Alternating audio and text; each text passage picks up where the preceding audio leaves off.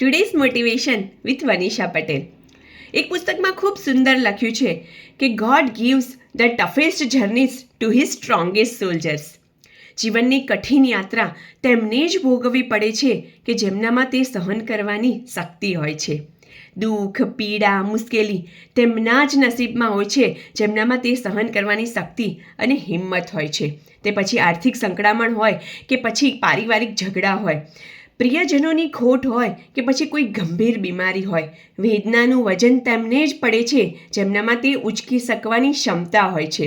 તિરસ્કાર, વેદના, હાર્ટબ્રેક, એકલતા, નિષ્ફળતા, ક્યારેક એવું લાગે કે આપણું આખું જીવન કોઈ યુદ્ધ છાવણીમાં રૂપાંતરિત થઈ ગયું છે.